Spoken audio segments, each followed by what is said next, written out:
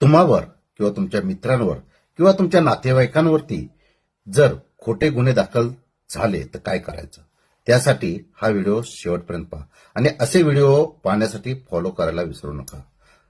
मित्रांनो, जर तुमच्यावरती खोटे गुन्हे दाखल झाले असतील तर तुम्हाला काय करायचंय?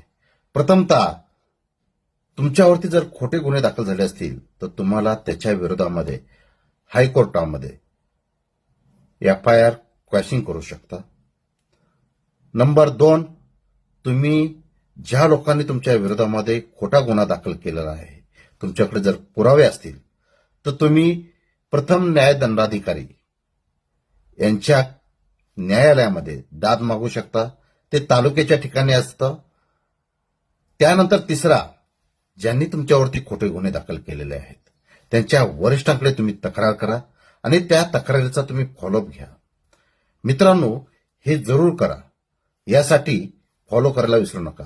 Thank you very much. मी डॉक्टर विजय दिघे, माहिती अधिकार पुस्तकाचा लेखक. जय हिंद, जय संविधान.